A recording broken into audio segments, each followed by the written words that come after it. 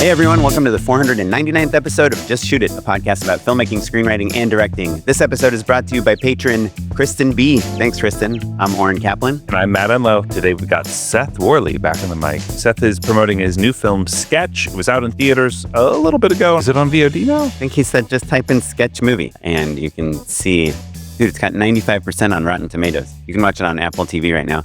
It is a movie, if you have a kid that's like 8 to 12, or older, or you're really into VFX, or basically anyone that knows visual effects should know who Seth Worley is. I've been following him forever. It's funny because my instinct was to be like, oh, we've been friends with Seth for a really long time. But I think we only met him. I've known of him for like 15 years. We met him through the podcast. We met him. Yeah. He had a company called Plot Devices, which I think he still has, that makes tools for filmmakers. And he just contacted us and said, hey, I know your podcast. You have a podcast for filmmakers. I'd love to come on and talk about the things I do. And they sponsored us for a little bit. It's really fun. But he works a lot for Maxon, which is a company that owns Cinema 4D and Red Giant and all these cool things. We mentioned Red Giant a lot. I imagine a lot of our listeners have no clue who Red Giant is. Yes. And also, more importantly, I think he directed Sketch, which you were about to compliment the movie. Oh, yes. Sorry. The movie is really fun. It's really exciting. It's like an adventure movie with, it does star kids, but also Tony Hale and Darcy Carden play brother and sister. And they're kind of, it's also a little bit about like losing people. And yeah, it's like a family drama, comedy, adventure, VFX film, right? Yeah. Like, it's really fun for the whole family. I know one of Seth's favorite movies recently is The Mitchells and the Machines, which is animated, but I feel like this is kind of his personal version of a movie like that, where it's like a family adventure, and it's really clever and fun. Seth is a funny combination of like kind of two archetypes that I know quite well. The like kind of like the backyard VFX dudes who were like, I'm going to build, a dolly out of PVC pipe, and I taught myself After Effects, and look how good the muzzle flash is on this video I made. Yeah, I'm going to blow up this watermelon. I'm going to blow up this watermelon. Composite onto a head. Right, exactly. He's that guy. And then also, I think because I went to USC, there's just a lot of like, I fell in love with movies because of Amblin.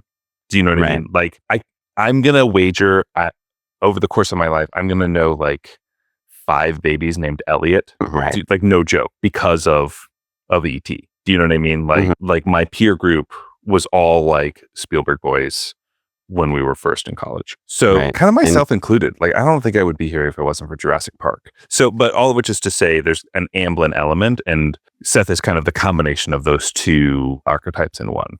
Right, and I think this episode comes out on my birthday. Right, Happy Thursday, birthday. October 30th. Yeah. If you are listening on the day this episode comes out, feel free to slide into my DMs and wish me a happy birthday. And I will, in return, insult your website and tell you what Trader Joe's snacks to buy. But also, I think we were, you're very into Halloween. I also have a love-hate relationship with Halloween, being right around my birthday and people not coming to my party because they've got better Halloween parties to go to. But this is kind of our Halloween episode. Sketch is a monster movie. There are tense, scary moments. There's also a lot of comedy and humor and heart in it. But yeah, we thought this would be a fun Halloween episode. It's scary season.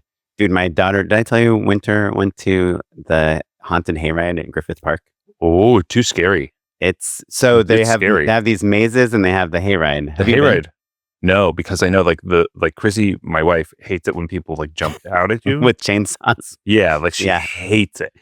And like that's all it is. Haunted hayride, the haunted, it's not just like, oh look, there's an old house with some cobwebs on it. Like, no, there's a guy chasing you with a chainsaw. Well, so what if a clown was going to jump up onto your wagon? Yeah, I think I talked to you about this because we went to see Jurassic World and you're like, oh, 3 people die in it or something. And so as long as she knows how many deaths are coming up, she can like handle it. It's like, okay, one's done. She has like some sort of milestone and it's a little less scary. So what we did, this is about the worst possible way you could go on a haunted hayride, as we watched a video of the entire haunted hayride before she went on it on YouTube. As a person who hates spoilers, I'm conflicted because I think that's pretty good parenting, actually. But also she knew where to sit. She knew what the big surprises are going to be, where the chainsaw people, it's smart. It's smart. Yeah. And so she was just kind of ready. She knew that there's this room with like strobing lights that she's just going to close her eyes for. But also the guy that made the video, he must have been like a 50-year-old guy that goes around and reviews like, like theme events and things. Yeah. And he was like, this year, the Haunted Hayride was really good, way better than last year. There were so many jump scares. And it kind of reminded me that the whole point of these things is to be scared, you know? And like, especially with having kids and stuff, we're so worried about them being scared. But that is kind of the point of the whole thing. And the horror movies and scary movies is to jump and is to have that fun There's surprise. a lot of discourse, I think, in like film talk or whatever, just film culture about how like 80s and 90s and 70s movies for sure for kids were okay with scaring them, and that now we don't do that anymore. And it does conflict about it, because I think that stuff is valuable and kind of teaches us about ourselves and about life and in kind of important ways. But also, like, my kids had nightmares this whole week. Yes, there is the nightmare. Like, it's like at 1 a.m. Great, shoot, a witch has gotten all of her friends now. You know. Yeah, but how many friends of yours from growing up now are like talking about the first time they saw, Nightmare on Elm Street or Sure. Yeah. any scary movie, and it's like it's part of what makes our childhood. Everyone's like, "Oh, I watched this movie way too young," The Exorcist or whatever it is. Yeah. Anyhow, it's fun. It's spooky season. It reminds me that some of the things we make, whether it's a haunted hayride or a maze or a movie or a short or a commercial, I mean, you just made a Halloween commercial, are designed to scare people, to evoke some sort of emotion out of people. And that's like the magic of the movie magic, that these 2D images are having an effect on people on the inside. And I think Sketch does that. I think Seth Worley knows how to do that. And I think you can do that by going to our patreon.com. That's right. Going to our patreon.com. Going to our Patreon at patreon.com/justshootitpod and dropping a buck, 2, 4, 10, 20. Listen, it's episode 499. If you were thinking about joining our Patreon, I think this is the week, guys. We're about to hit 500. We're throwing more parties. Our social media is blowing up. I just did all the accounting. We are losing money again. Oh, I'm sure. We're spending it more than we're earning it. So if you get anything out of the show, out of our events, which we're gonna have another one in December. And I'm saying it right now. It's already in the works. I'm gonna toot my own horn a little bit. Our horn. I think the show's been pretty good lately. Maybe even great. It's been really fun. Our guests are awesome. Like everything that you do over the course of a few years, like there's ebbs and flows, and sometimes we're a little tired and busy and not super into, recording at 8:30 at night on the weekend or a weekday. But lately it's been awesome, right? Yeah, I think so. Yeah, I hope so. I don't know. You let us know. Let us know by going to the Please. Patreon. Yeah. Patreon.com/justshootitpod. Okay. Without any more delay, let's talk to Seth Worley. Worley. Delay Worley. It's not bad. We got Seth Worley to talk Sketch and Chill. How many people make that joke? Every one of them named Oren Kaplan. Only, yeah. Well, I only Sketch and Chill with my Just Shoot It voice. Those are the only people. Can I tell you, we had this Just Shoot It mixer. And a lot of people too. That was really cool. It was cool. Yeah, it was pretty nice. We were surprised. I wasn't. You can tell who runs the event. I didn't mean to say that like I was surprised, but no, for a podcast was. about filmmaking, I was surprised. Sure. I was surprised how cool the guests were, and we had so many like previous podcast guests and just people. It was a cool gathering of people. But like 3 or 4 people came up to me and they're like, "Oren, your jokes that nobody laughs at on the podcast, I think they're kind of funny." Just letting you know. This is why we podcast. See, when I had a podcast, I got the opposite comments from people. Wait, was that the one where you guys were coming up with movie premises every week? Yeah. What sort of jerk reaches out and says, "Hey, Seth, your jokes aren't good"? They don't say it directly to you. They say it in comments. Sure. In places, yeah. I honestly, I don't mean to be blowing smoke up your ass or anything, but I think you have a very strong, self-aware sense of humor. I don't hear a lot of unfunny things coming out of you. Oh, wow. That's incredibly kind of you, because you're a very funny person. I hold you in high regard. So thank you. Well, Matt, we're talking about comedy and stuff. You know. Sorry, I was zoned out. You don't understand. Yeah. It's like when your body like physically reacts to something that it's not sad and it's just really happy, and it's happy enough to make. I'm gonna shut up. No wonder I don't understand. Well, just so you know, Seth, by the time we've gotten to this part of the podcast, we've already mentioned sketch and plugged the movie and talked about it. So we can talk about whatever the hell we want. We can talk about whatever the hell. And I do want to do a deep dive into sketch. But before we do that, or do you want to start with that, Matt? You're like looking at me. I don't know what you're going to go with. I guess I just want to. I obviously we all know you known of you for a long time because you've all done of these. Us, everyone knows who I am. Well, I think a lot of people know who you are. Like in the same way that a lot of people know who Andrew Kramer is. The VFX I would not say that, but Oren has known who you are for a long time. I buy that. Seth, you are part of I'll call it a class of people, a cohort of people of like kind of VFX driven guys who were on the internet, people who were on the internet, right? Like before guys on the internet, the best genre to be a sure. Well, before we didn't have the word influencer, right? When you started doing that stuff, but you were, posting tutorials and creating videos and, were a part of a community, right? Yeah, and friends with the Film Riot guys, with Dan Trachtenberg, with David F. Sandberg, like kind of various. I don't know David, but yes, everyone else on that list for sure. Oh, you don't know David? I don't. I meet mutual friends with David, and I love and respect David, but I don't know him. Okay, he's he directed Shazam and some other things. Yeah, and he's he does killer great shorts, tutorials, and really great tutorials and insight. Yeah, like breakdowns, I guess. Yeah. So there's a person who, up until your generation, VFX artists weren't especially visible. Do you know what I mean? Like, and even just like filmmaking wasn't especially accessible, and so I think that's Oren, what you're alluding to is you were part of a group of people like Indie Mogul or whatever that was kind of making stuff that was like making it accessible for people, right? But that influenced this whole generation of current filmmakers. I think there's like the kind of YouTube creator, the Mr. Beasts of and the Corridor Digital guys, and like some people on YouTube that probably have a little bit of a fork in the road.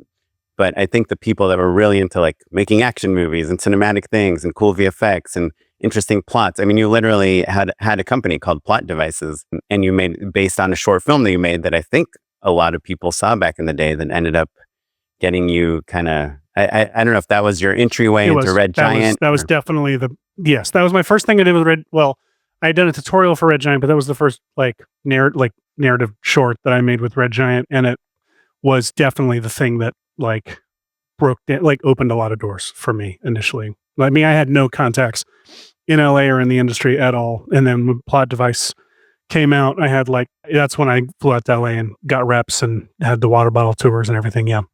And I think there's this thing about James Cameron. When I used to work at Disney and my boss was good friends with John Landau, who's the producer of the Avatar movies. And he kind of knew James Cameron. He said this interesting thing about James Cameron is that he was he designed a lot of his work around technology. Like, we have this new technology out that's here and we can do this new thing we've never been able to do before. So let's write a story that embraces this. And I feel like that's kind of a lot of what obviously you've done with Red Giant, right? And with Plot Devices, you were showing off this kind of filter pack that can do all these different looks. And you created a story built around this guy that kind of jumps around these different genres of film. Yeah, it was a really good training ground for it. I had already before that kind of been cutting my teeth as a writer and director doing these dumb comedy little short mini series for kids and teenagers, summer camps, and where the only job was just to wake kids up in the morning but be on theme essentially. And other than that, we could do whatever we wanted. And so I started cutting my teeth writing within assignments within restrictions. But the real fun was when I started doing stuff with Red Giant, and the best shorts we ever made were born from they didn't just show off the actual results of the product. They didn't just use if it was a color correction software, it didn't just use the software, and it wasn't just a cool short. It was thematically tied to the product. Plot Device, was essentially one of those Pepsi filmmaker shorts you were forced to watch before a movie, but we tried an execution to do it in a way that was fresh and entertaining, but it was no Pepsi though, I noticed. No Pepsi. That apparently was the thing that was ruining them. Old New, for example, is one of my favorite shorts that I did at Red Giant, and that was built around this product called Magic Bullet Film that just made your footage look like film stocks. But the short narratively ended up being all about the themes of our obsession with making new things look older and shittier. Kind of why is that? Like it was kind of like during that sort of like Instagram filters was like a thing, or it was like, oh, it's not just you can share your photos, but like make them look. You can like make them look real bad too. Yeah, like Kodachrome, cool. Yeah. What was your question? I guess I was just kind of introducing you as an influential guy, and I guess I have two questions. Both of them are barely related to this setup, but one is you ended up starting this company called Plot Devices because you realized that there were a lot of tools while you were working on your own shorts and films and things that were helpful to you in terms of story circles and arcs and storyboarding. And I'm curious, this is also, I think, something I'm sure Matt would be curious about. Like, and we were just talking to a friend about this too. Is there a business, is there any sort of financial, business to make tools for filmmakers? Yeah. Because it's something that we all, I think, as we're becoming, as trends move up and down, we get a lot of jobs, work ebbs and flows. And whenever it ebbs, I think every filmmaker is like, ooh, here's these things I do as a filmmaker. Maybe I can sell them to other filmmakers. Those? Yeah. So the short answer is no. The market's just not big enough, right? The problem is I think the market it's a niche market, and it's also heavily saturated with really good stuff now. And for a long time, it was not. For a long time, there was a lot of silver ponytails and cargo shorts and expensive tools and resources and gear. And then you started to see that become more democratized, especially when Kickstarter became a thing, and especially when Instagram ads became a thing, when you could actually find your audience really quickly, and you could, things like Shopify and things like Printful, or just printing on demand and all these different, and if you're making digital assets even more, there's an even better opportunity to actually make money because you can churn out endless amounts of product, LUTs especially. And if you have the taste to make a good LUT, you have the taste to make a really good promo for that LUT and really good branding for that LUT. And so there was a really fun time, I'd say between 2015 and 2020, when that was not only fun to be a creator in that space, but also to be a customer in that space.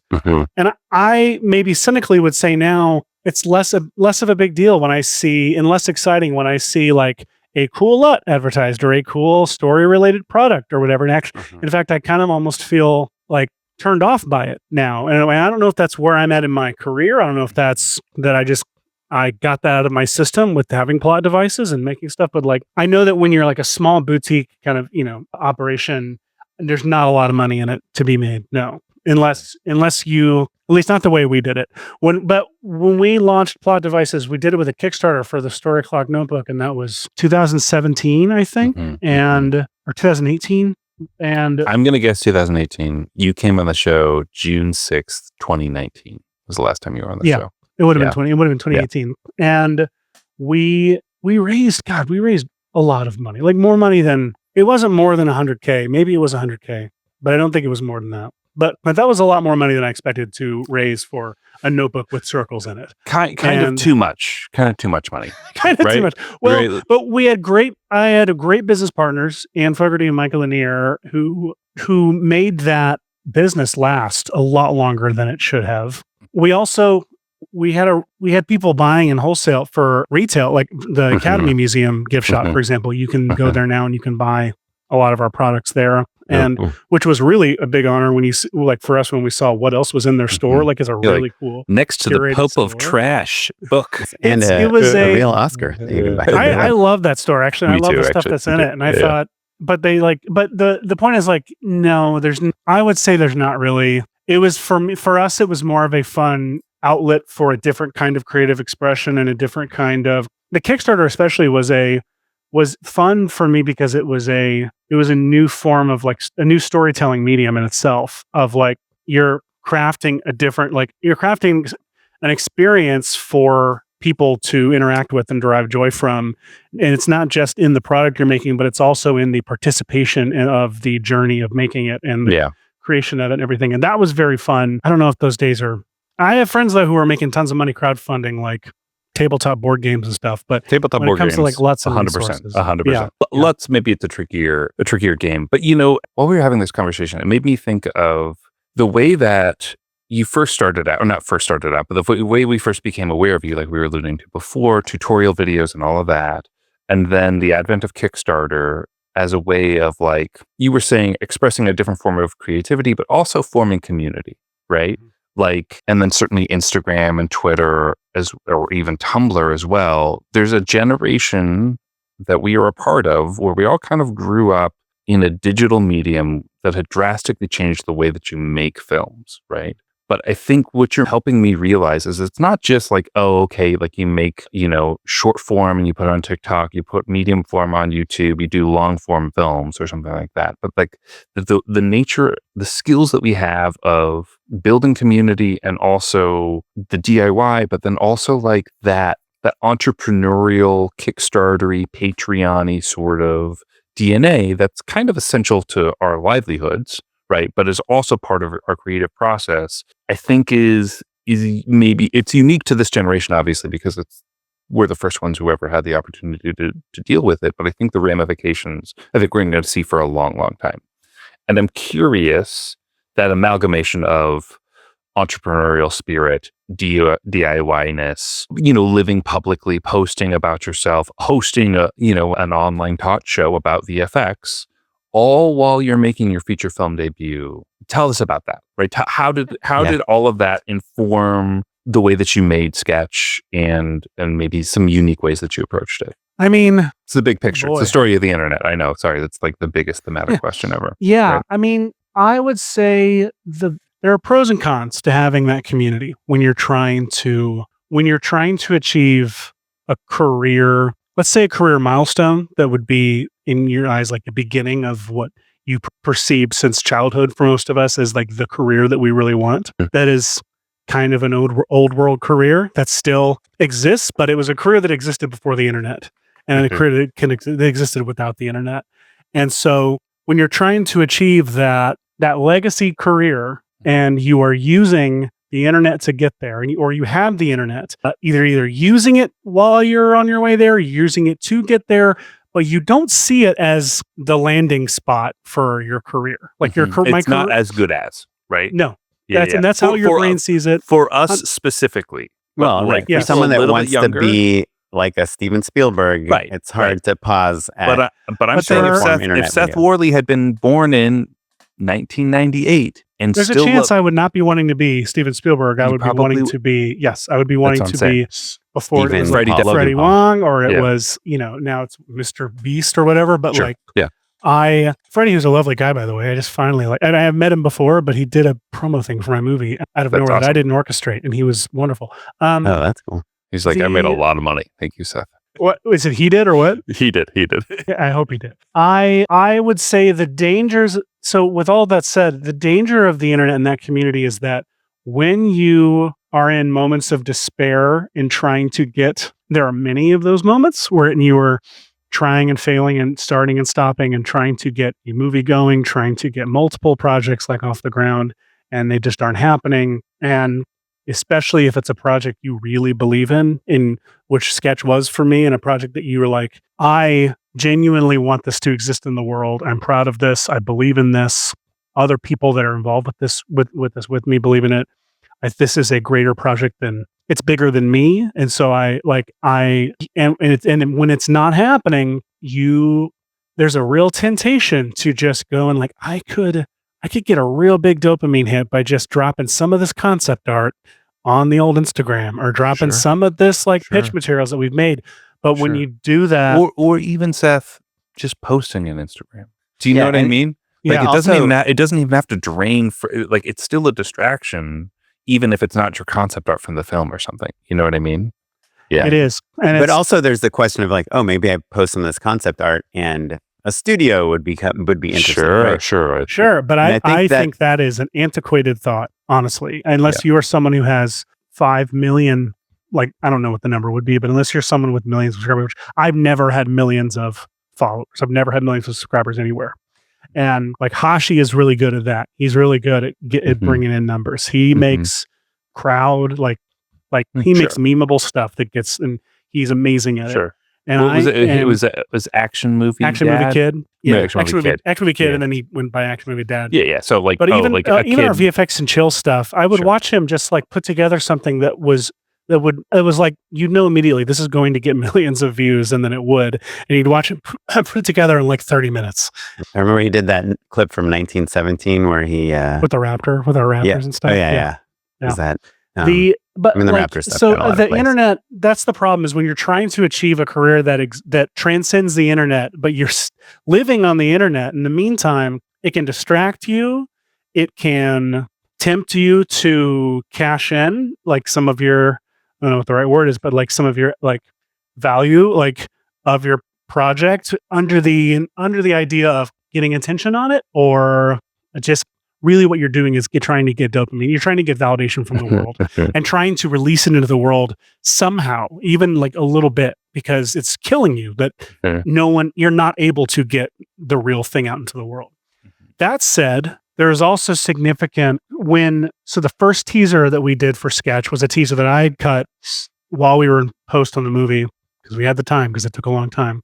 But at some point I cut a teaser because I knew if at some point I was ever in a room with some distributor's marketing department, I would much rather show them how I saw the movie being marketed rather than have to tell them with my mouth, because 9 times out of 10, my mouth fails me and everyone. Or they lead, right? Like they are like, oh, we want to start with this or whatever. Yes. And you're like, oh, okay, this worked before, so we're going to do that. Sure. Yes. And Sketch was such a complex beast because it was thematically complex, tonally complex, and it had kids in it.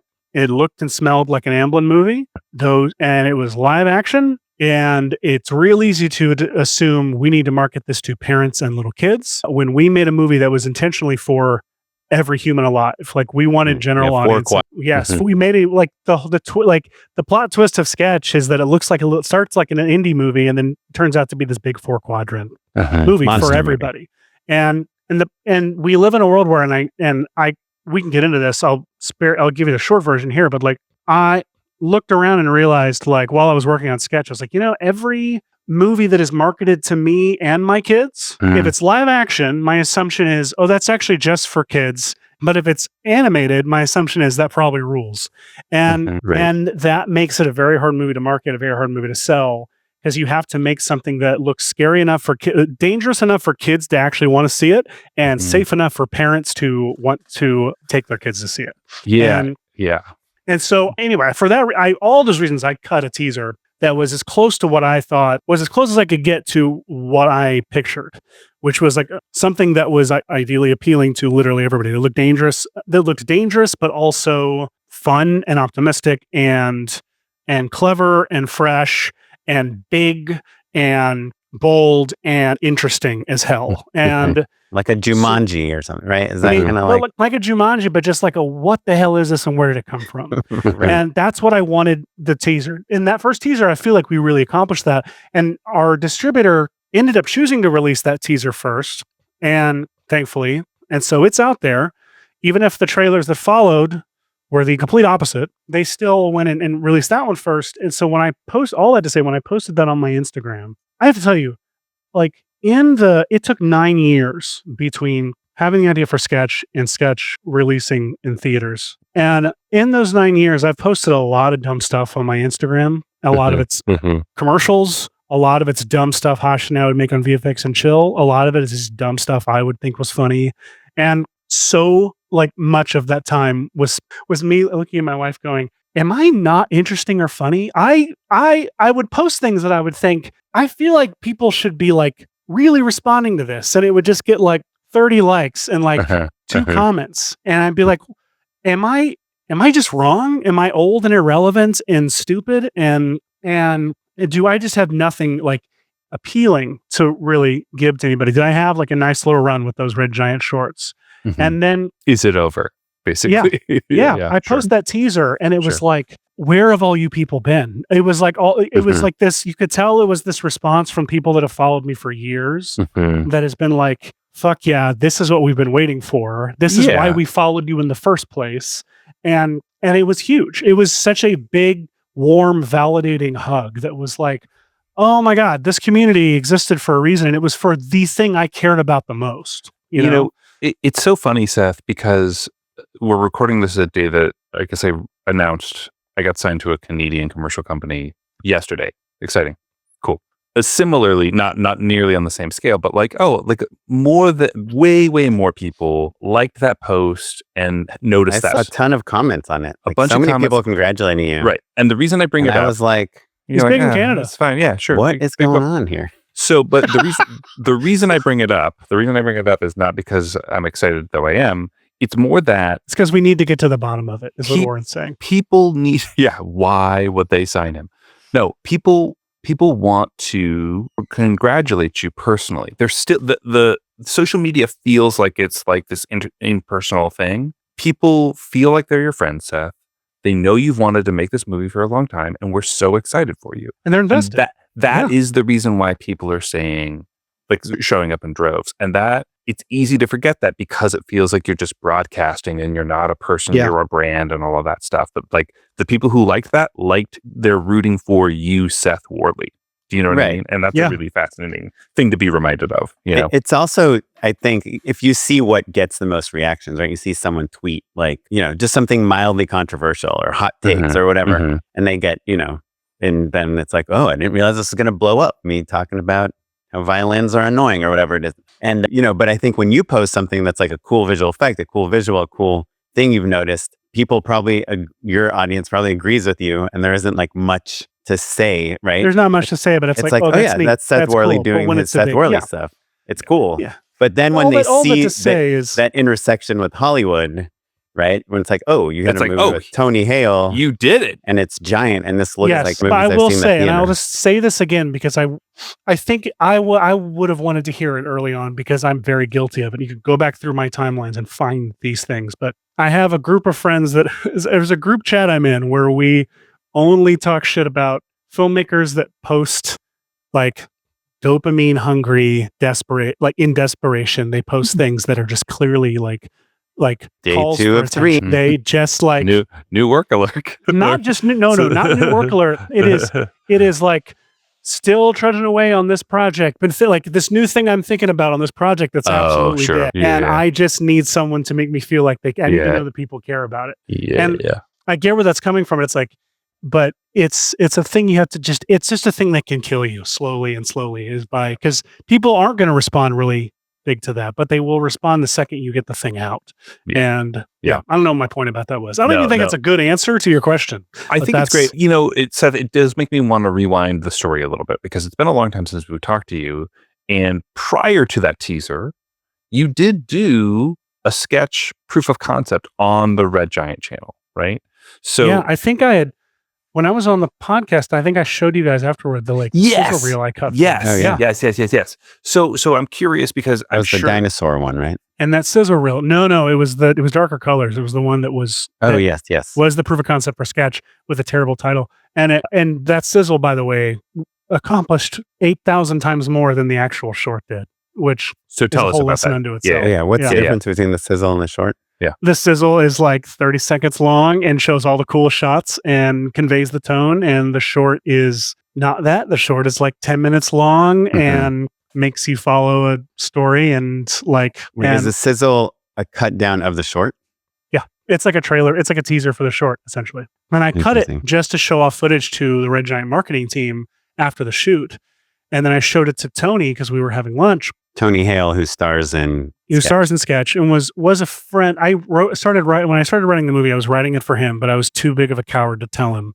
So I asked him to read it as a friend. And so he was aware of the project for the couple of years it took me to write the first draft. And once I shot the short and we were having lunch and I showed him that same sizzle I showed you guys. And he was like, how can I help you with this? And I said, now that I think about it, you'd be pretty great as the lead character. And then he said, now that you think about it, Seth. You're like, Leonardo DiCaprio is still reading, but if I found out he had all the notes he'd been giving me were to make it more of a Tony Hale role because he wanted to play the role from the beginning. Cool. So that was sweet. But he was like, and you're friends with him. Can I help as a producer in any way to help you get it made? And then began the long journey of it living with many production companies and being developed into the script that it became. And that was from the sizzle. The short came out and hit the world with a thud. But the sizzle is the thing that like actually accomplished stuff. It is hard to shoot just a sizzle. Like my very first not very first, but the web series that launched me, I kickstarted it and I wanted to shoot a sizzle. And then you just kind of get there and you're kind of building the scene, and you're like, well, why don't I just shoot this scene? We did that. You know? There was a Red Giant for a period of time. We were talking about what would a Red Giant feature film be, and there was a story that I still want to do sometime, so I'm not going to say the details of it. But I wrote a trailer for it that we were like, let's shoot the trailer, and that'd be a way to raise some money for it. We did. We ran the numbers, and the trailer was going to cost as much as the movie was going to cost.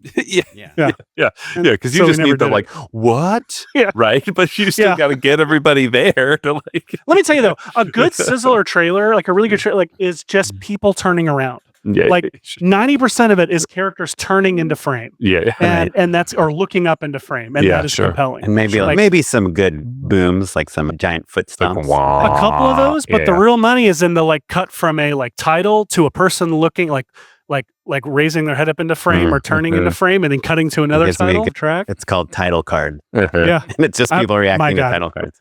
I will fight you to direct title cards. That is so in my wheelhouse. Are you scared? I mean, just every day. This is the Halloween episode. So the thing that terrifies me most is that sizzle that you made of darker colors that got your movie sketch made, that got Tony Hale excited, is something that about 100 dudes in Norway can make with like VO3 today. No, not yet. Not scared yet. And we can't be scared. We just have to live where we are right now. There's nothing we can do that we can't control. Technology, we clearly can't even control how it's regulated. People who actually are supposed to be able to control that can't control that. So clearly, everyone's doing their best. But like as individual creators, no, I don't believe we need to be wasting our time worrying about that, because right now we still have more soul in the dumbest, cheapest thing we go shoot than a sizzle that can be put together by AI. And I also can tell you that AI does not help you win jobs any more than your own personally generated content does. Because if it did help, I would be. There were 3 movies I would be directing right now because I made the greatest pitch decks I've ever made in my life using Midjourney, and I get the same thud of a reaction that I would have from personally generated content. So you think obviously you're saying we shouldn't waste our time being worried, but you also think we shouldn't waste our time trying to use those tools to create one sizzle a week for the next 10 weeks. I actually think you need to be careful using those tools to make things to like get projects made and stuff, because I do think it can backfire. I think there was one pitch where I did, and I can't prove this. This is just me speculating, educated speculating, whatever the word for that would be. Edulating. Yeah, that's the word. Edulating. This is me just edging. Okay. There's one deck I can send you guys that was a Lego sequel in a very familiar, very well-known franchise, and I was really proud of this deck. And the executive or the producer that I pitched it to said afterward, like, that was one of the most impressive visual decks I've ever seen. I have a feeling I know how you made it, but I'm not going to talk about that. But yeah, and I was like, he thinks I made this in 30 seconds. How long ago was this conversation? This was 5 months ago. Okay. What you're getting at is that there's a little bit of like a stink on it, right? And it's not even like, the guy used AI. Gross. It's the guy used AI, so he put no effort into this. Yeah, so it was easy. It was what I used to call the tentacle button, which was like 10, 15 years ago. I would give this talk that was like, if you can do visual effects, if you can learn After Effects right now, like big Hollywood like films, people see tentacles coming out of a man's face and they assume that was accomplished with a button that says tentacles on it. Mm-hmm. But now that it's democratized, like they don't know you have a tentacle button, and so you can still impress people with spectacle. I don't know if that's still the case anymore, but the same thing kind of stands for AI, is that if you use AI on stuff or it looks like you do, I think the real stigma is that it can make it look like you phoned it in. Yeah, that's interesting. Yeah, really interesting. I wonder, I do think 5 months ago, I guess I just wonder if it's going to fade. I heard a story recently of a creative director on a set with a celebrity being like, did you see these boards? How great they are. That they look just like you, and they don't the celebrity saying to the director, does this guy actually think that that's like a good thing? That I would be excited that they created AI boards with me in them. Also, don't ever say that looks just like you to anybody. Sure. Nobody ever wants to hear that. Yeah. Have you ever been sent something where someone's like, this is like the whatever version of you. Better looking version. And it's an ugly, it's always the ugliest person you've ever seen in your life. As a quick sidebar, people say that I look like John Daly, the comedian. I totally see it. Yeah. In a good way. I think you're more handsome. Well, I hope so. College Humor used to do these things called the all-nighters, and it was like a fun thing where we'd like post a sketch an hour for like the entire night. And he was there doing like the live stream, and I had just wrapped my sketches for the all-nighter. It was so fun, dream come true. And I'm like, John Daly, people say we look like each other. Can I take a selfie with you? And he was not happy about it. Oh, man. Look, it's like 1 a.m. or whatever. But he like, I'll have to dig up the photo. It's really funny. He's just like frowning. Anyway, I do have a funny story. I don't agree with with what was said in the story, but I absolutely have adopted it and love it. But I don't agree with it. But and I just posted something about it today because it's the man's birthday. I had the privilege of meeting Jeff Goldblum several years ago, and when I met him, he said, "All my life, people have told me that I look like you," and it was the greatest thing anyone's ever said to me. Wait, he said that to you? Said that to me, and then we took a picture together. And I just posted it today. It said, "Happy birthday, Dad." Yeah, it's funny. But he was joking. I wasn't when I said "Happy birthday, Dad." I know I was. Okay. Back on that. Did I answer the question at some point? I think you did. Oren wants to talk about AI. I'll answer one more AI question. I will. What do you want to talk about? Do you think a 15-second commercial director will exist 6 months from now? Yes. Commercials. 1 year. 1 year from now, let's say. Yes. I basically need to make a lot of money in the next 12 months. And here's why I say yes. You make interesting commercials. You make comedy, primarily comedy-driven commercials, and at least that's your standout work to me. And that's the stuff that I feel like is everything I notice of your work. It may be stuff I'm not noticing. Yeah, but the 400 dogs running around. Yeah, it's safe to say you either make something that is funny or has 400 dogs running around. And so AI is objectively does not know how to be funny yet. It does not know how to be, it just doesn't know how to do comedy. And it really knows how to do slice of life documentary looking stuff, Coca-Cola ads where people are like surrounded by candle lights and Christmas lights, and like it knows how to do that stuff. And so I think, and also the epic explosions and things, right? Like, okay, so it can do epic explosions, but it can't do what. So let me tell you my argument for why movies are not in danger for a long time. And maybe it applies to commercials in some way as well, which is that one, you have the big like Hollywood star system, which still exists, which is that you need a big name to get a big movie made, and studios want big names in movies. And AI, like using AI to make a whole movie, is immediately going to replace big name actors. Tilly Norwood is just not going to be like an Emma Stone level name. It's not going to be a Jack Black level name. Like you need 100% agree stars. on that. And you also, if you don't have stars, you need a director like Chris Nolan or like one of these big name directors that can make a movie about a dead scientist and make $1 billion. If you're at the level of Chris Nolan is that you have no interest in making in making a movie in AI. I think the system it requires the studios to completely turn on the things that they rely on for their business to even work right now, even over rely on. And I think it's going to be a while until anybody is able to adopt. Plus, it's the industry is the slowest to adopt new technology, or at least like. That's why I think the 15-second commercial with no celebrity. I still argue that if you make ignorable commercials, I think you can be replaced. I think you'll be replaced much quicker than you would, Oren, someone who makes commercials that are meant to stand out and be interesting. Yeah, I think also, Oren, you're overlooking therapy. You need to go to therapy. You maybe do need to go to therapy. Well, ChatGPT told me to ask you guys this. I say that with love. My therapy. He said, "Stop talking to me. Please find a therapist." God, I wish. It said, try to talk to Claude. Said that. Yeah, you're overlooking, and then I want to get to the actual interesting stuff. You're overlooking the trust that is implicit in a commercial. People need to see people drinking Coca-Cola and like it. Cool, interesting, hot people living an aspirational life. We have to see those people and be like, I want to be that person.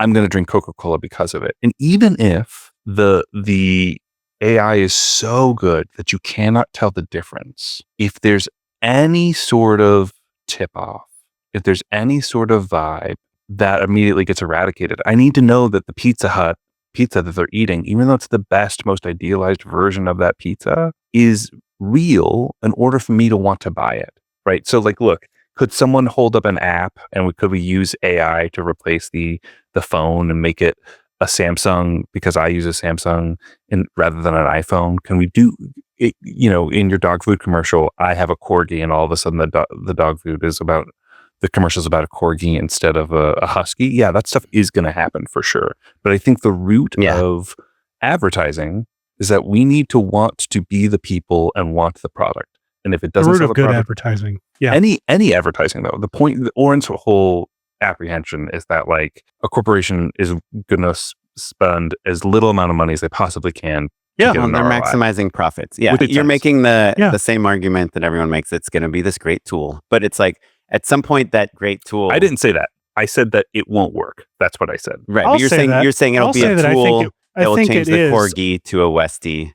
But we're now replacing an entire company. I think it's actually a really, really useful tool when it's integrated into like Photoshop generative fill is huge. That's how we got so many Raptors. And I mean, no Raptors were made with AI ever. We couldn't and honestly on Sketch too. But on a plate, you scrubbed those plates for sure. Well, with generative fill, yes. I'm sorry, it was never used to. That was the thing.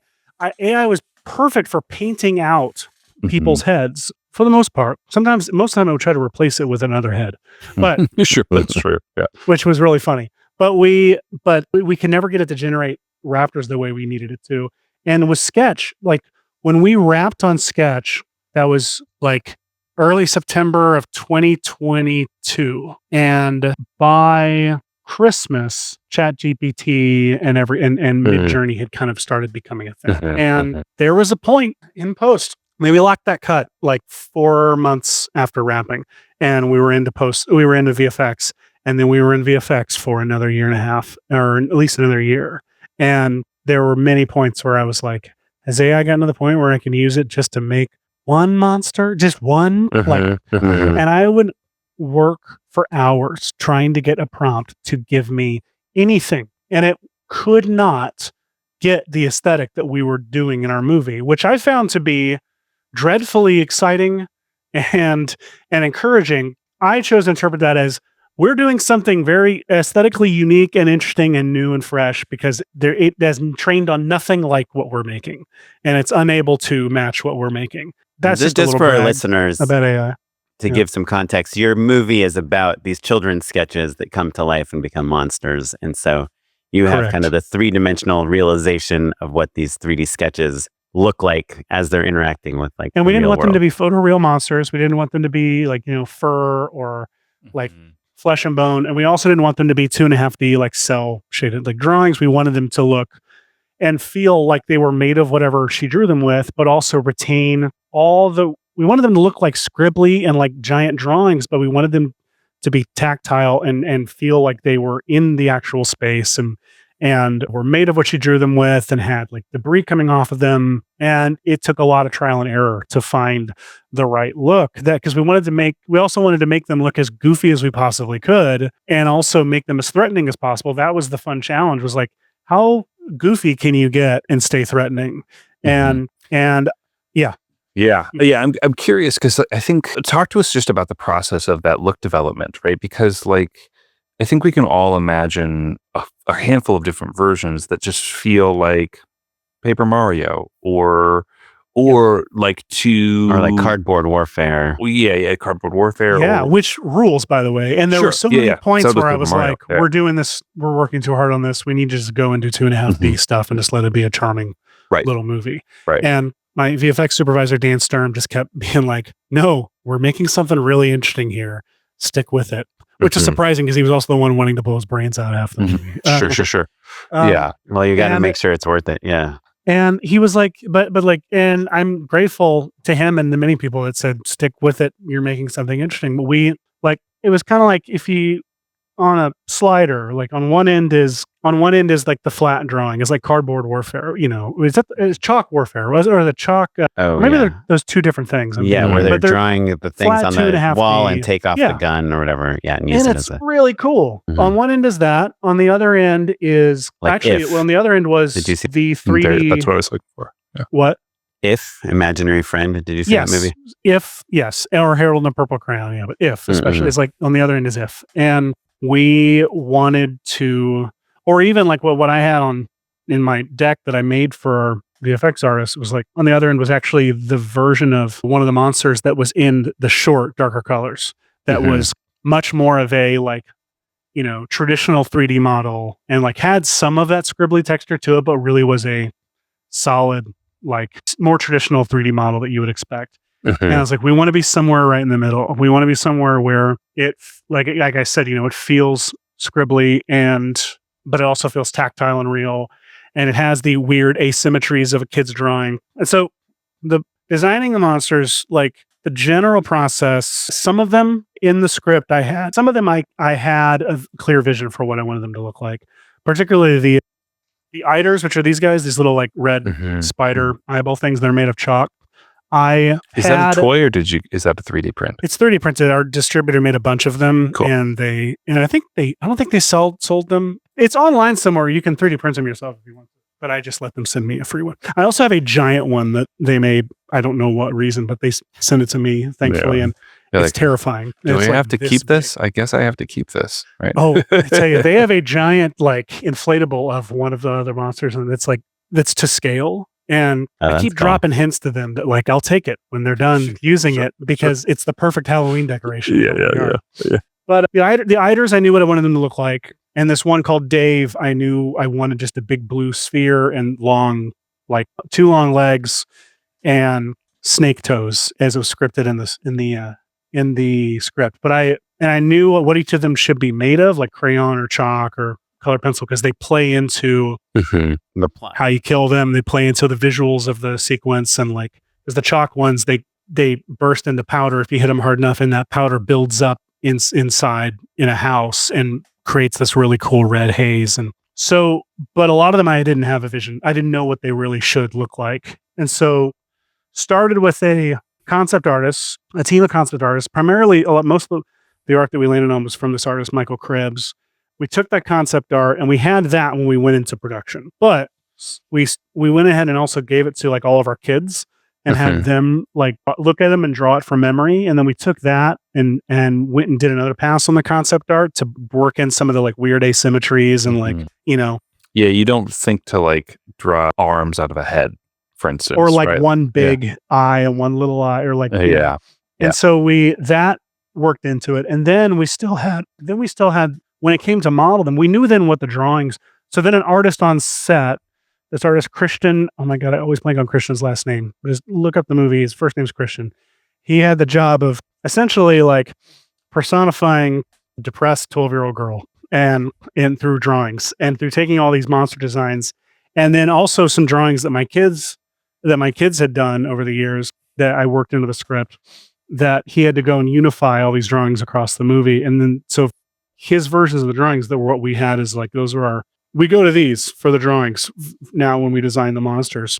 And then, so an artist named Mark Lundgren, his job was he sculpted and modeled the monsters. And so I had, in some early tests, I had used a tool called Trapcode Particular. At the time it was called Trapcode Form. It's now been merged into Particular, but it's a red giant tool. I've spent many years marketing this product and talking about it and using it. And it's actually the tool that got me my job at Red Giant because I used it for it's like a 3D sprite system, essentially. Particle simulator. Particles. It's a particle simulator, and you can specify, you can use custom particles in it. And so what I had done in an early test was I just had a sphere that was made up of particles, but all those particles were scans of crayon scribbles I had done.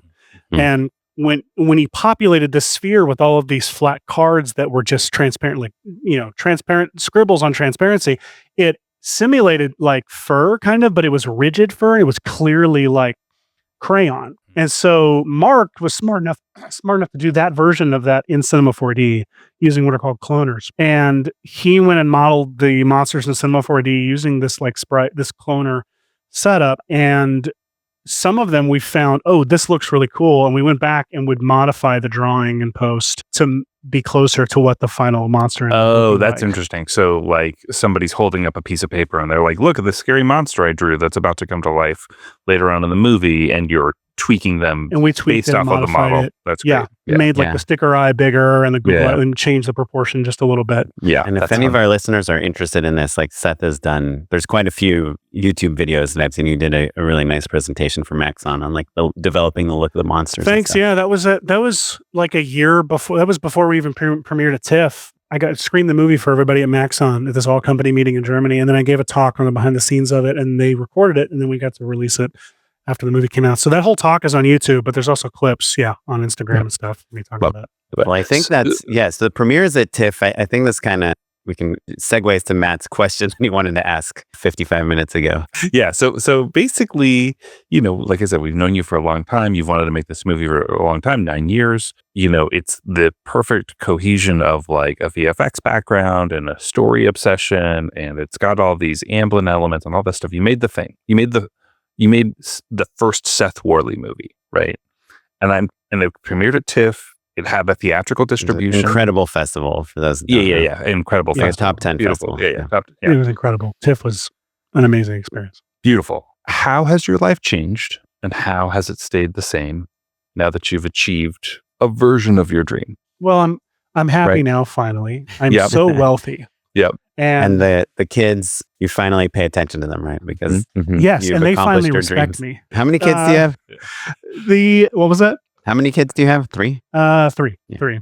And this movie, by the way, like my son was like in 2nd or 3rd grade. 2nd grade. Well, second when I started working on this, when I got the idea for this movie, and now he's going to be graduating high school this year. And so they are. So it's like, congrats, it's been this thing that dad's always been working on for so much of their childhoods and stuff. Sure. Right. 9 years when you're that age is a lot of time. Yeah. And for me, I got to a point where I was like, this better come to fruition, because I'm teaching my kids a lesson one way or the other through this experience of like, following your dreams is not worth it, or following your dreams is worth it, or both, which is actually more realistically the case. My life is very different. Here's how it's not different. I have just as little amount of money in my bank account as I did before. I still work at Maxon full time, gratefully, because I need that paycheck. And they gave you the time off to direct the movie, and then you went back. They did. And I don't think I could ever do that again. They were very kind to give me like a month off to go shoot the movie, and then they've always, I've always had a very flexible. They've always been very flexible. I've been allowed to like direct commercials on the side, et cetera. And this just kind of replaced the commercials for a year and a half. But I'm still directing commercials to supplement the income, and I'm still grinding, still, but like everybody, Here's how it's different. I'm no longer thinking about sketch every day of my life, which is nice. Here's the more interesting stuff. I got a manager. It was a year before TIFF. So it was a year after wrapping production. We had a cut with a large amount of VFX. We had the whole bus attack sequence done, and then various VFX shots in various stages throughout the rest of it. But it was enough it was very watchable. I'd say half of our score was in it, half of it was still temp. But we started doing some screenings, primarily to try and get more money to finish the VFX, because we were like test screenings, or you'd show the whole movie. We did one test screening, but we actually did like show the whole movie to like our financiers and then some friends, like a friends and family screening in Nashville, and then we did one at UTA for our sales agents to try and lock in a plan. And were they already selling the movie? They were already marketing the movie at the time? We had for years used through Tony's agent. Tony is at UTA, and I had had an agent that I got from Plot Device, but I generated no work for the agent, and so they had not been returning my calls by the time we started making this movie. Sure. But Tony, we'd been working with UTA for years, trying to like get it made as a studio movie or get it set up somewhere, and like 3 or 4 times taking it out through UTA. So they were already familiar with the project, and they were, supporting Tony in that way. However, so they were already on board as like our sales agents, especially after we did that screening in the fall of 2023. Right.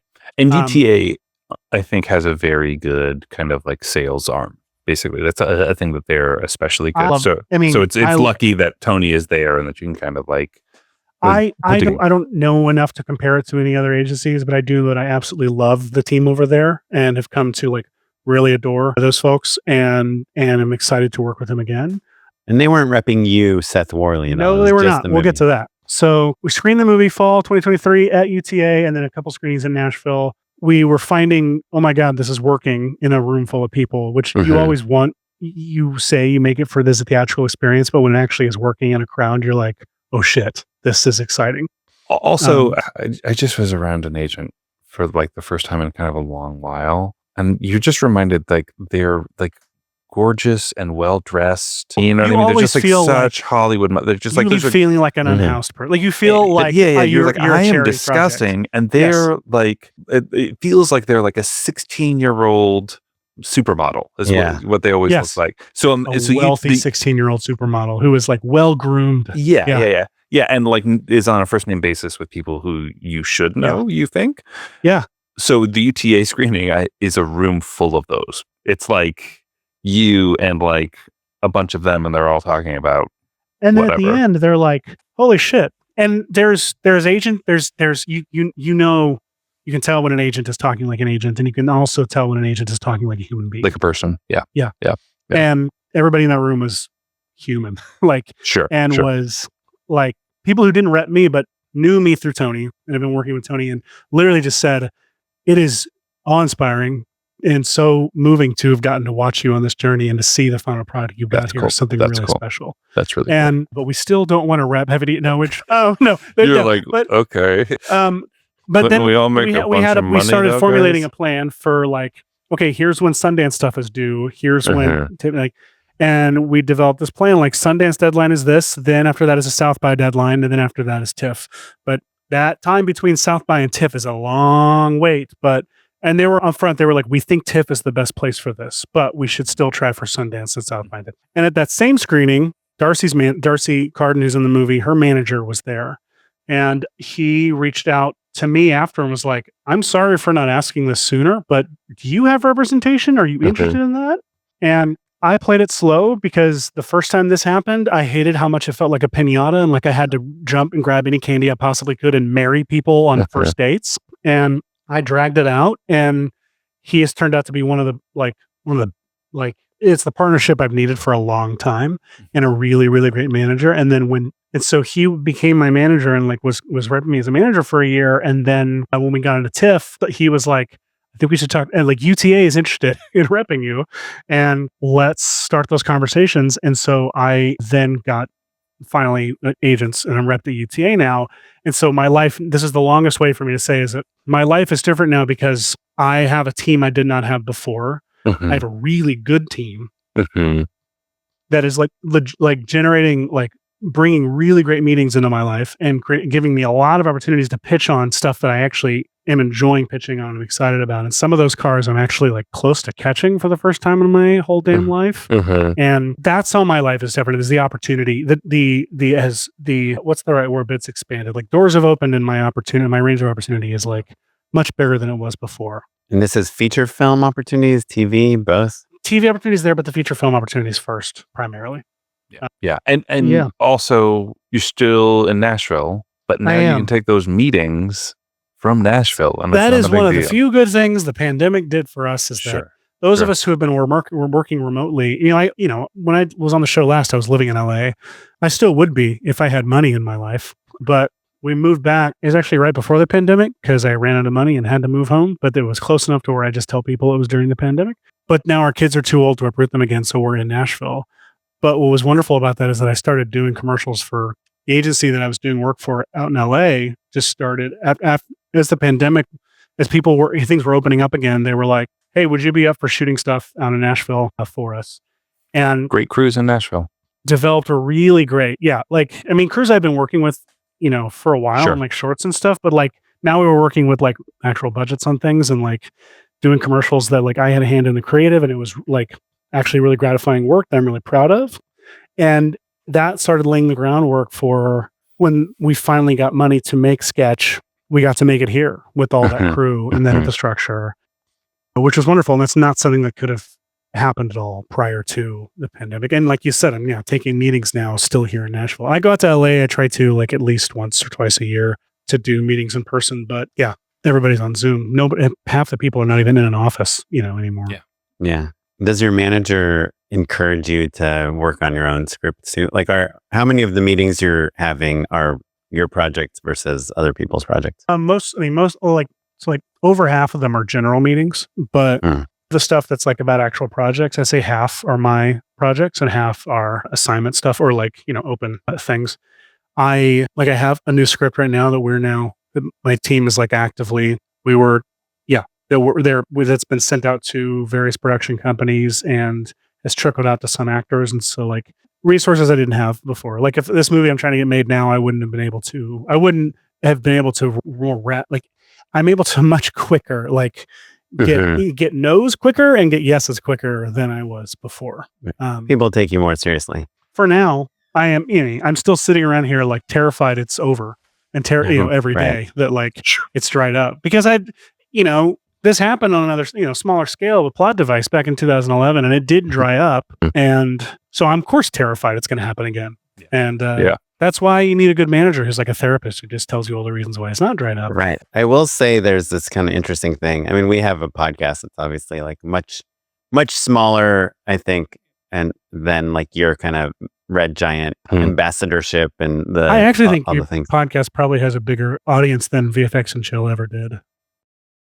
When you had the Everything Everywhere All at Once guys on. Those guys ruled. That was a really good one.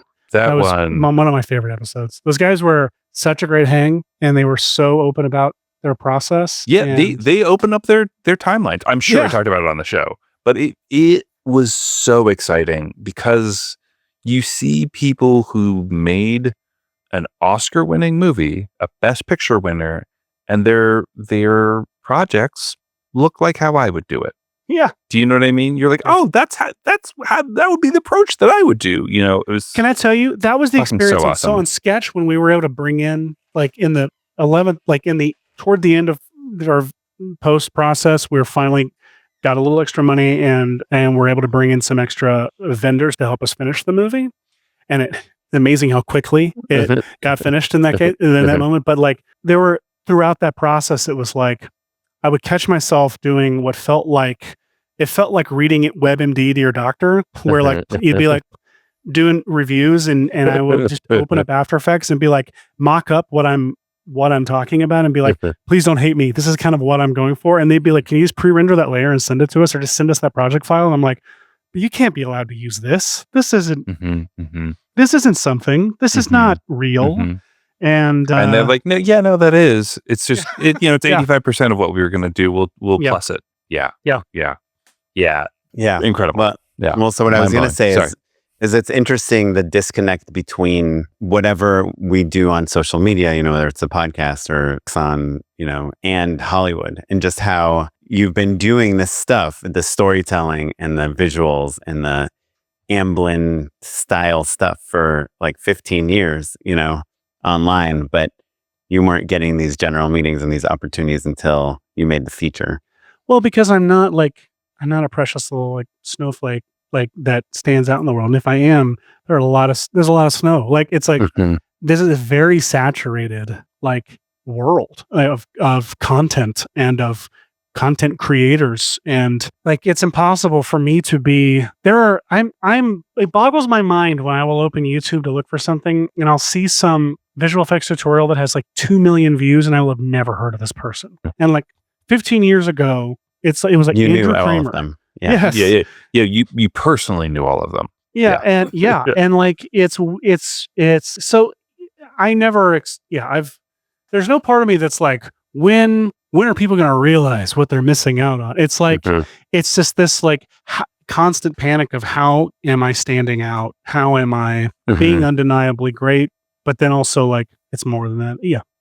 Right. I don't know where I was going. And also even that maybe there's a negative stigma. It's like, oh, these guys are podcasters. They're not real directors. This guy's like a tutorial guy for plugins. He's not a real filmmaker, And so separating those things sometimes helps. Yeah. Yes.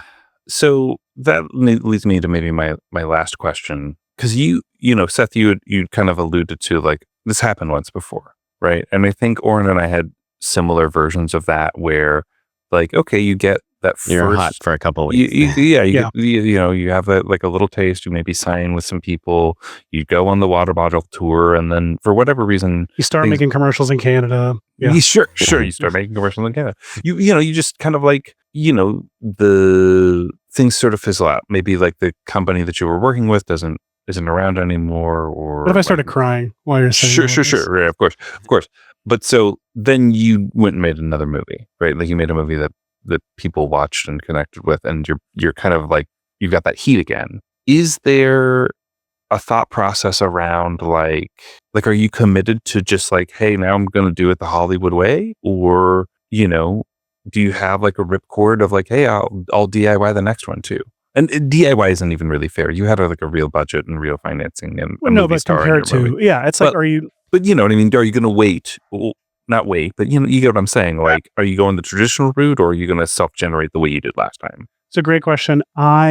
We've all seen the Mark Duplass, like, Cavalry Isn't Coming talk, which is, I think, spectacular and like necessary viewing for anybody trying to achieve this legacy career that we, claim to want it really bad. And so in the back of my mind has always been the knowledge that I'm it is more realistic that the next couple things, and my manager even was telling me this, he's like, your value for for a little while is going to continue to be that you can do things cheaper than other people can do them. Oh, interesting.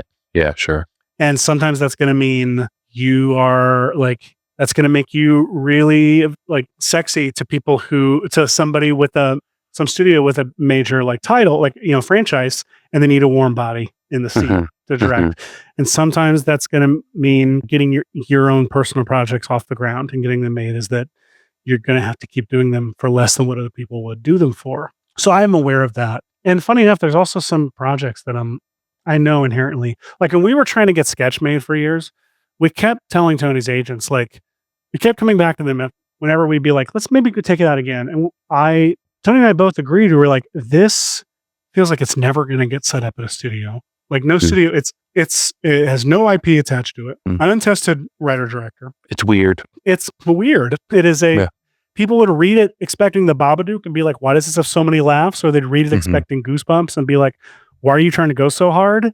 And it's, for all the reasons I said before, it's impossible to market. And we knew the most interesting version of this is probably an indie movie, is a lower budget movie that surprises you with how big it goes and has that charm. And so we would go to UTA and say, can we talk to the financing department? Can we figure out how much we could get for it? And all these scenarios where if we were to put UTA clients in these certain roles. Yes. Okay, if so Tony's here, the most famous person, if we got them, well, how much should we get then? The least famous person, how much should we get then? Yeah. And I'd even written it that way, where there's a character at the beginning of the movie that's a guidance counselor that is in one scene, but she sets up a lot, all the thematic, all the themes of the story. And I was like, this could be a stunt casting role where someone comes out in one day, but it's a big name and they end up in all the trailers, right? We ended up not having to go that direction, and we get a really wonderful local actor. But every time we'd want to game it out, they'd be like, absolutely, let's try it one more time though. And but doing it this way, and let's do it as a hybrid film, because if it's a hybrid, then it's actually going to go through most studios' animation departments, and they will want to meet you before they actually read it and reject it, and so you'll have a chance to actually pitch it, or there'd be something like that, like a reason to hold off. And then we ended up being an indie. So the current movie, one of the things I'm trying to get off the ground right now is another feature, and there's a version I see there's a studio version of it and there's an indie version of it, and I'm having to kind of prep for both scenarios, and we're working at preliminary budgets for what an indie version of that would be. And I now have a team that is able to tell me if you can get this actor, it's this budget, you can probably get this budget, if it's this actor, etc. It all feels, you guys know this, it feels like the industry is just running on fumes, and the world is burning and our days are numbered. And I have to remind myself that to a certain extent, every generation has felt this way, and every generation of filmmakers has felt this way. There's all these reasons why this is unprecedented times, whatever, but you have to fight through the feelings of well, this movie is just going to be chucked into the void anyway. How is it going to stand out whatsoever anyway? And so, but that thinking always leads me back to, well, then, okay, what's the most efficient version of this? What's the version of this I can make you spending as little of someone else's money as possible and getting the best result and trying to stand out? So to answer your question, I am trying, like, there are projects that I'm trying to work on, like the larger, real quote unquote studio level. But at the same time, in the back of my head, it's like, I'm always asking the question of what's the indie version of this? What's the smaller version of this? Yeah. Because that's probably the one more realistically that if I get to make it, that's how. I always think about Ari Aster and how like Midsommar and Hereditary came out like back to back, basically. Yeah. Just kind of through circumstances. But it just felt like, oh, this guy's arrived. Yeah. You know what I mean? And it's because he had 2 movies.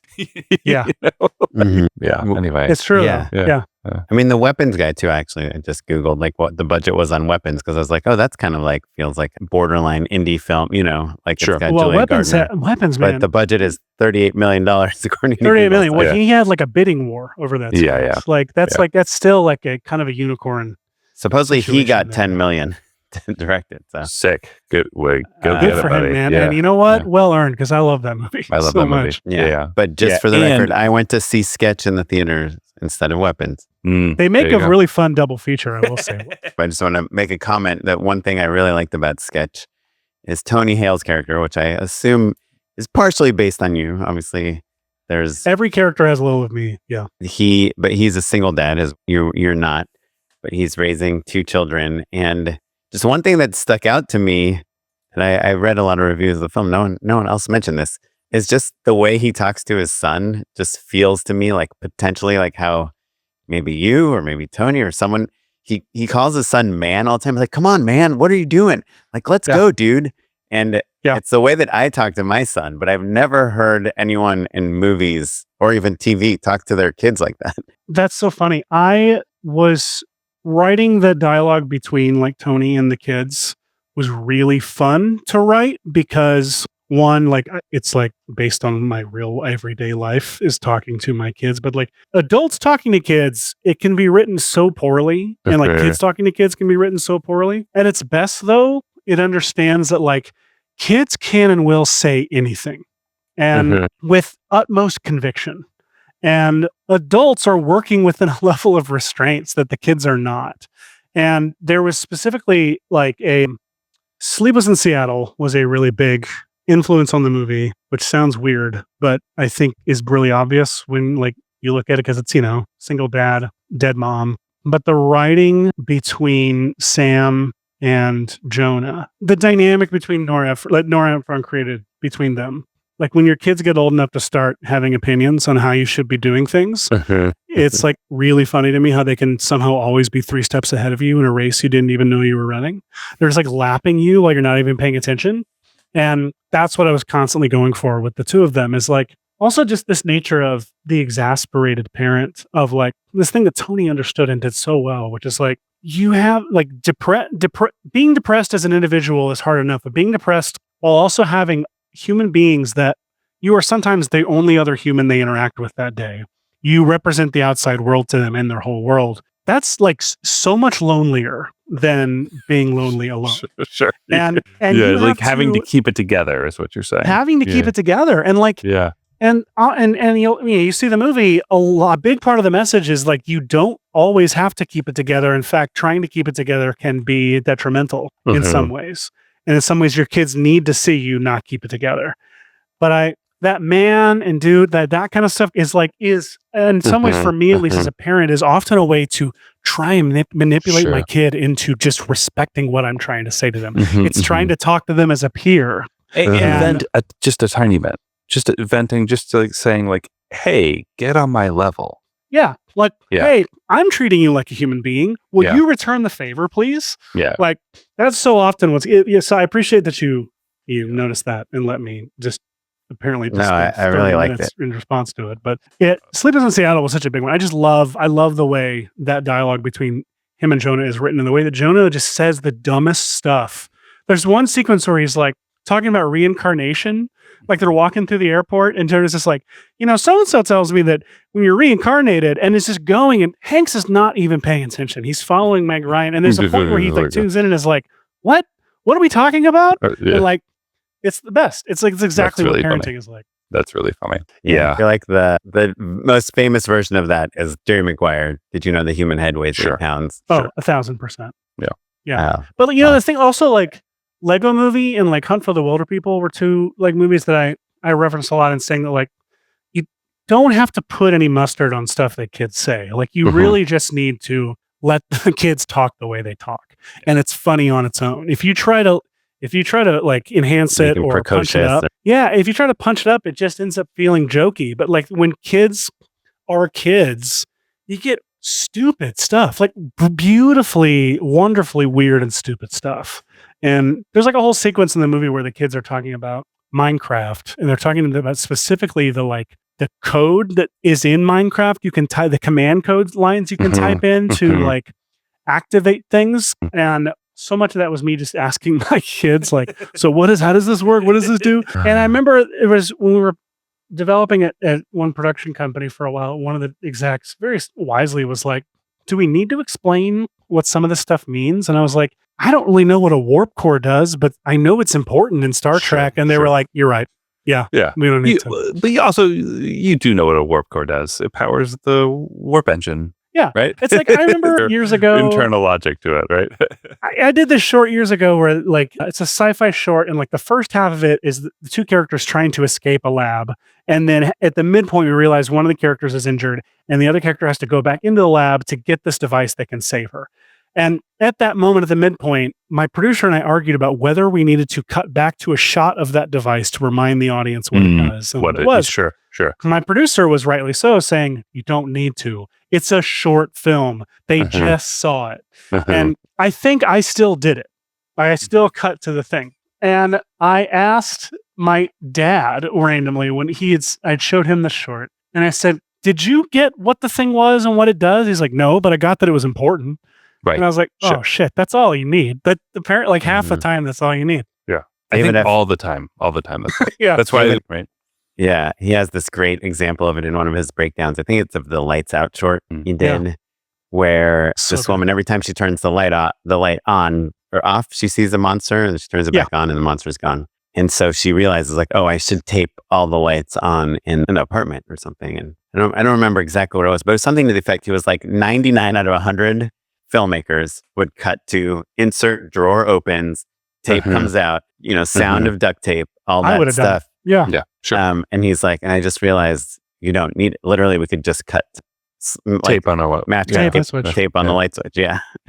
That's so good. And I was like, yeah, man, that's why modern you're a better thinking. director than us, Sandberg. He's pretty good. In the meantime, you have shots of people putting on knee pads. Oh yeah, I am guilty like crazy, but I had to pad it out. The movie is 120 pages, and everything is in the movie, and it's 90 minutes, like exactly 90 minutes. So, interesting.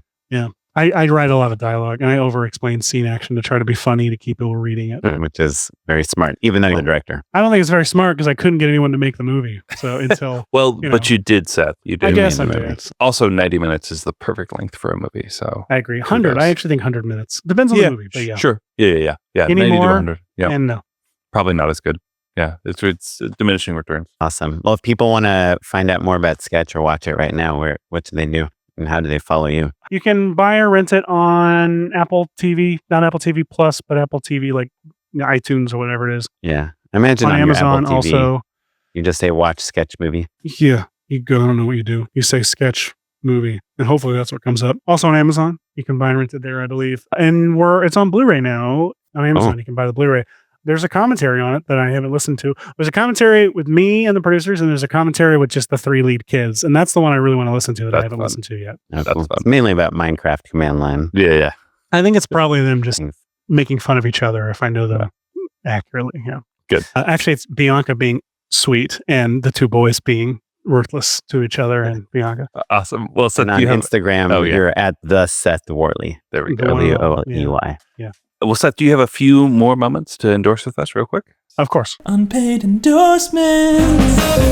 My unpaid endorsement is a re-endorsement of a YouTube channel that I think I talked about months ago, but it might be my favorite. It's certainly something that I revisit all the time. It's this creator named Evan Monsma, and he's like a young man. I think he lives in Michigan, but effectively he's doing like kind of like maker tutorial videos, but doing things that no normal like rational person would ever want to do. But not in like a Mark Rober sort of way where it's like, I made the biggest Nerf gun, or whatever. He's like, what if I mounted like a vintage lens to a broken iPhone 10? Right. And it's like, he has a DeWalt powered camera monitor. Yeah, like exactly. It's drill battery. He's definitely just like a kid who like liked making movies and was really good in shop class, and then like is a broke YouTuber. So it's a lot of like, I'm gonna make this desk out of like scrap wood. But there's a quality to the filmmaking. Like he does all of his voiceovers like really warm and close and buttery. He scores everything himself, and it's just kind of like warm tones of a keyboard. It's like the perfect sort of background noise. Like it's just a warm DIY blanket of like. Those are the creators that I hope are wealthy as hell. Yeah. Personally. Yeah. He it's slowly growing. Like he'll be like, somebody's bought me a 3D printer. Thank you. But he's definitely like still pretty broke. He's still definitely like 50,000 followers. Yeah. But he does have a cool light. It's those quiet, cool, chill ones that I want to be rich. Mm-hmm. The loud, ones more the like Mr. me. Beastification. I'm like, please take the money. Please balance this out. Social, be a little if eyeballs wide and like a big mouth on your thumbnail. Like I hacked my camera. I thought you were going to say hacked my kid. Sure. There you go. Yeah. Anyway, Evan one Android user against 20 iPhone users. What was that creator's name, by the way? Evan Monsma is his name. Monsma. Yeah, and he's great. Yeah, good stuff. Cool. His name is also like meant to be spoken the way that he sounds like you're saying he talks. Like Evan Monsma. Yeah.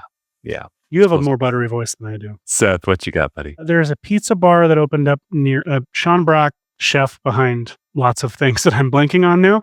As many amazing restaurants here in Nashville opened up a Japanese-inspired pizza bar in my neighborhood. And they make a pizza carbonara that is the best thing I've ever had in my entire life. So if you're in Nashville, look up Show Pizza Bar, SHO.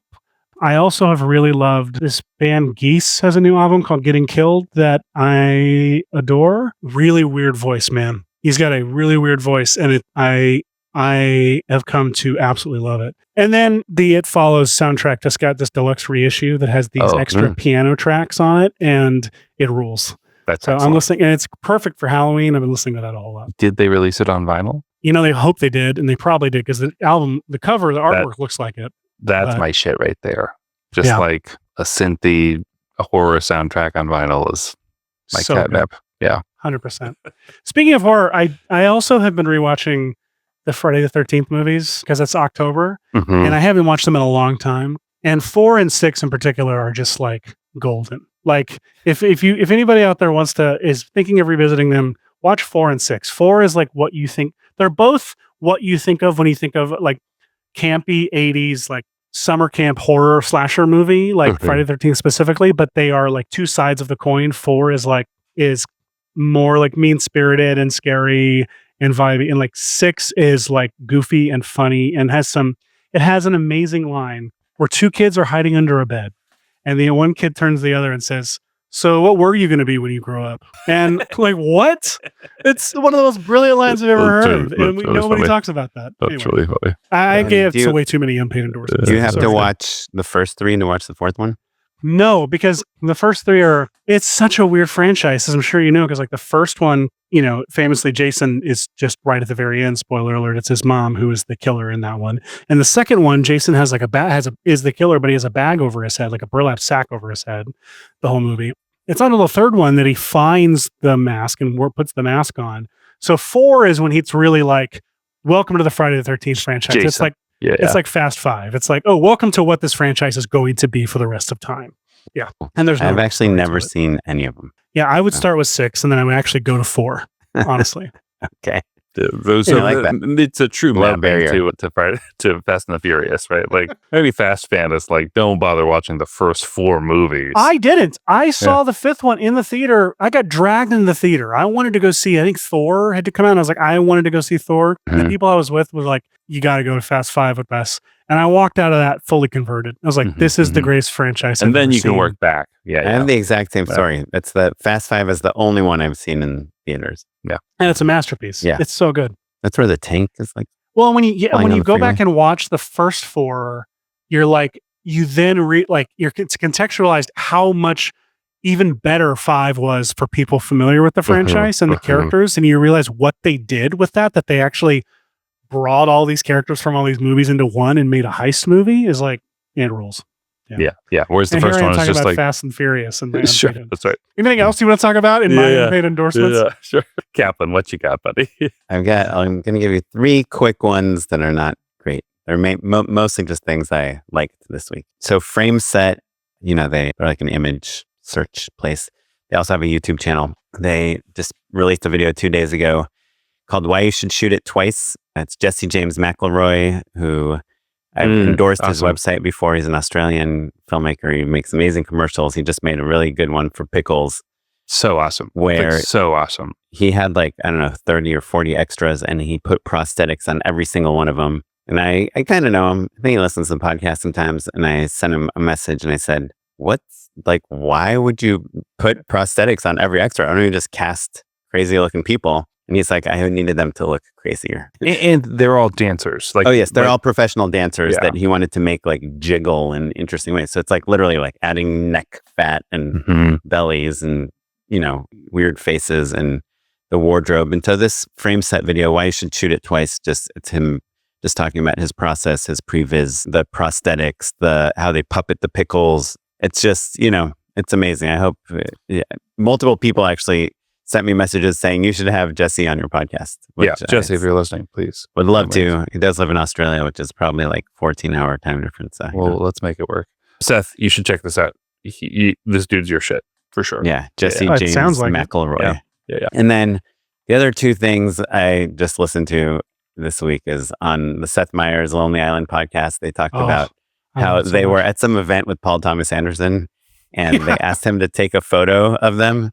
And it was shit. And it was a bad photo. Yeah. Awesome. That's awesome. Which is just great. So just makes you feel good. That's so good. Because not only is he the director of these movies, but he's also the DP. Yeah. So good. And then the other thing is Edgar Wright was on Smartless. And it was, I've been in this AI doom and gloom despair thing basically since Sora 2 came out. Even though VO3, I think, pretty much does the same thing. But have you played with Sora 2, by the way? Have you played with it at all? No. You'll feel better if you play with it, because then you'll get tired of it and you'll be like, oh, okay.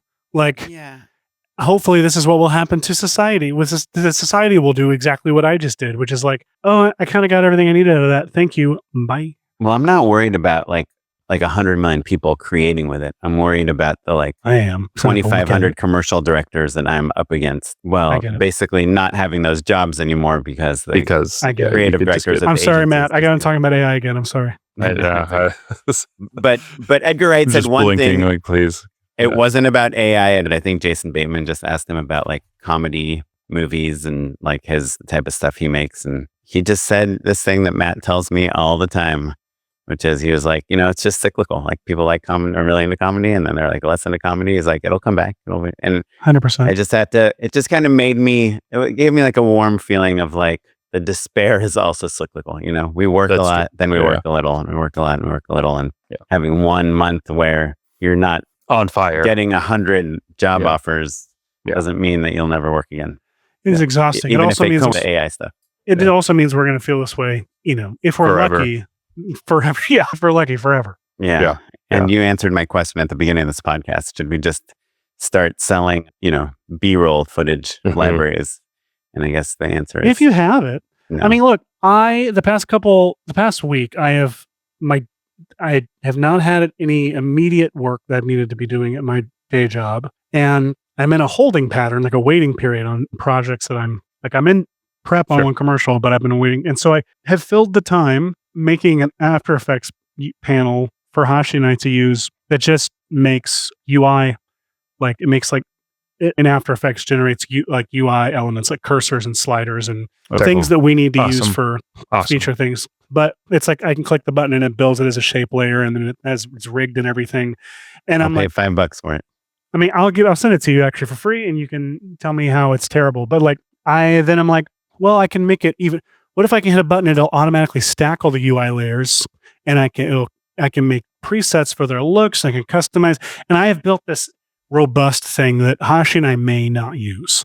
And it's the kind of thing where I'm like, I could sell this or give it away, and I may just give it away. But the truth is, like, it's the act of making it.